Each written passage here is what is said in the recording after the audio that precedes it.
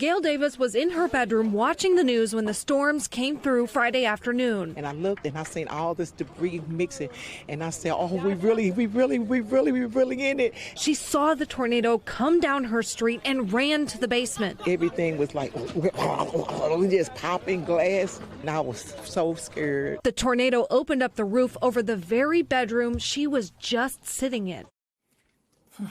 One very scary story from that huge, deadly tornado that struck the beautiful city of St. Louis on Friday. 7 people died in Missouri during Friday's severe weather. The mayor of St. Louis says the damage is estimated at more than $1.6 billion in her city. I'm sorry to say the city of St. Louis is bracing for more storms tonight. These new storms are expected to be less severe, but a lot of rain and high winds is going to be dangerous in a city that is littered with loose debris like you see here. St. Louis's mayor told MSNBC today that her city is definitely going to need federal help, including from FEMA, from the Federal Emergency Management Agency. FEMA has told St. Louis that they'll have people from the agency, they'll have assessors on the ground in a couple of days, by Wednesday. Hopefully that means St. Louis will start getting some of the federal help it so obviously needs. But what's looming over this is, of course, that FEMA may not be at their best right now. Earlier this month, the acting head of FEMA was fired and then immediately escorted out of the agency's headquarters for daring to say that the agency he was tasked with running should exist. He was asked at a congressional hearing about Trump's desire to abolish FEMA. He said he didn't think that was a good idea, and so they fired him immediately and frog marched him out. The replacement head of FEMA has no background in emergency management at all. He greeted his new staff by telling them he will, quote, run right over anyone who resists him at the agency. He also told them to expect firings, expect layoffs. FEMA employees tell the Wall Street Journal the agency is months behind schedule in preparing for hurricane season, which starts less than 2 weeks from now. And it's not just the agency that responds to severe weather that's under strain right now. It's also the agency that tells us what the weather is, that predicts and tracks and warns us about severe weather. As tornadoes struck Missouri on Friday, very, very severe storms also battered Kentucky. One tornado in southeastern Kentucky killed 19 people.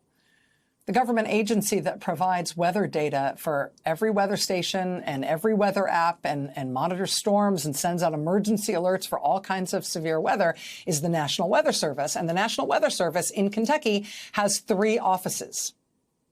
None of them is fully staffed because of Trump's cuts to the National Weather Service. The office that handles forecasts for eastern Kentucky, where Friday's tornado struck, it's short 7 staff members, which means that, among other things, the office no longer has an overnight staff at all. Because, again, obviously, we would hope that severe weather has the decency to only strike during business hours. At any of the 3 offices in Kentucky, there is no meteorologist in charge now.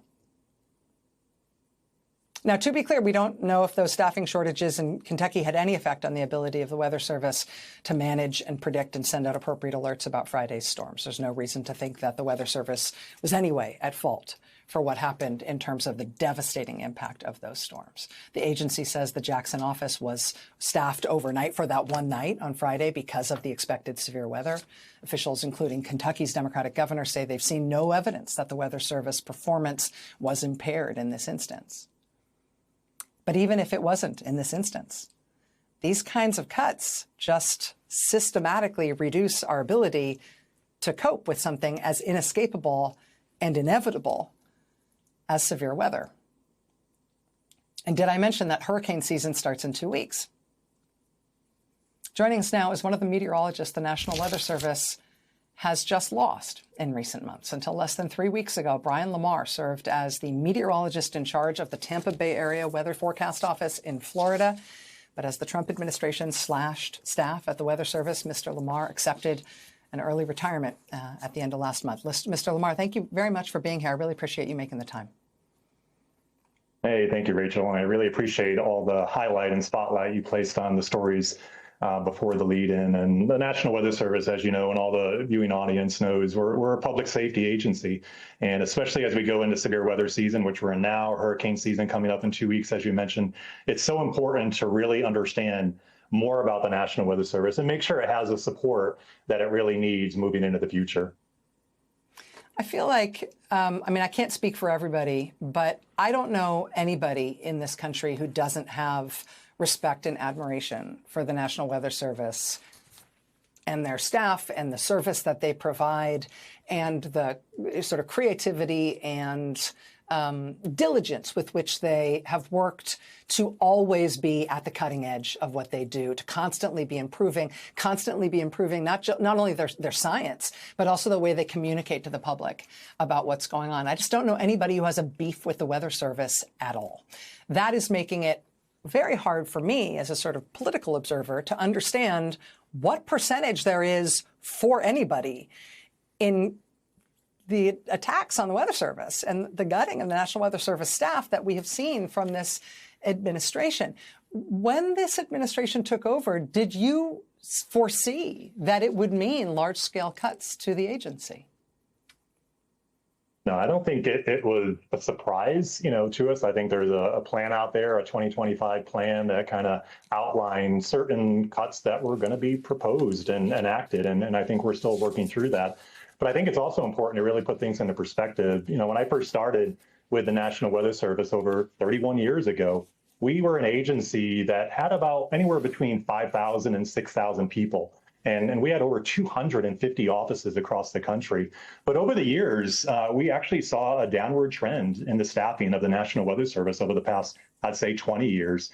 And we had over 250 offices, field offices across the country when I first started in the early 90s. And we had a modernization and restructuring going on right when I joined the National Weather Service. It was a very exciting time.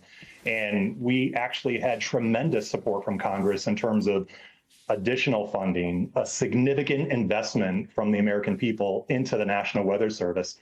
We saw Doppler radars that were fielded across the country. We saw new science and technology, and we hired a lot of people in the National Weather Service. But we actually consolidated from over 250 offices to about our current 122 offices that we have in place right now. And the men and women that serve in the National Weather Service, I can't think of a more dedicated group. I really liken the group of people, their dedication to, say, like law enforcement, firefighters, the medical community. It is a 24/7, 365-day job. And it's a passion because as public servants, the National Weather Service employees, and throughout my career, like I said, over 30 years, it's really been about how can we help other people make decisions when severe weather strikes. What are you most worried about, Brian, in terms of the cuts? We've got offices that don't have staffing overnight. We've got multiple offices that have no meteorologist in charge. We've got mass firings of probationary workers, young hires in their first, in many cases, first year or two on the job. What do you think the public should be aware of in terms of what's most dangerous in those changes? I think you mentioned a couple of them right there, Rachel, in terms of the terminations of the probationary employees, because that's your lifeblood. That's the future of the agency. That's the new generation. Those are the wonderful, young, innovative minds that are coming out of college. They're also wanting to come into the National Weather Service from broadcast media, from the military, from private sector.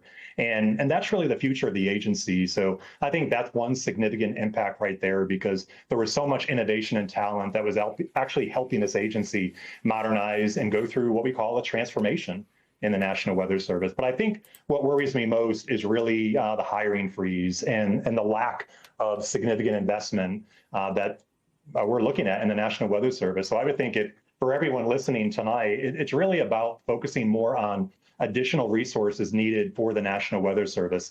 Like I said, over 30 years ago, we were going through a modernization restructuring. We actually downsized the number of offices, but we increased our technology. We added more meteorologists and hydrologists, electronics technicians, admin support. It takes everyone. It's not just about the meteorology. It's about the entire scientific spectrum. And you may have heard of the phrase an integrated warning team. That's what the National Weather Service has a foundation with. And that's really going to be the National Weather Service, our core partners in emergency management, and also the media. The three groups work together to help people protect themselves. And as we saw over the past 3 days, killer tornado outbreaks across significant portions of the country. You mentioned earlier, there's severe weather going on as we speak. And as we approach the hurricane season, we really have to make sure that everyone is prepared. And if we start seeing additional cuts, then that's really going to be starting to chip away at that preparedness across the country. Brian Lamar, former meteorologist in charge of the National Weather Service Forecast Office in Tampa Bay, Florida. Thank you for your years of government service. Thanks for helping us understand this tonight, Brian. I appreciate it. All right. Thank you, Rachel. Thank you. All right. More news ahead here tonight. Stay with us.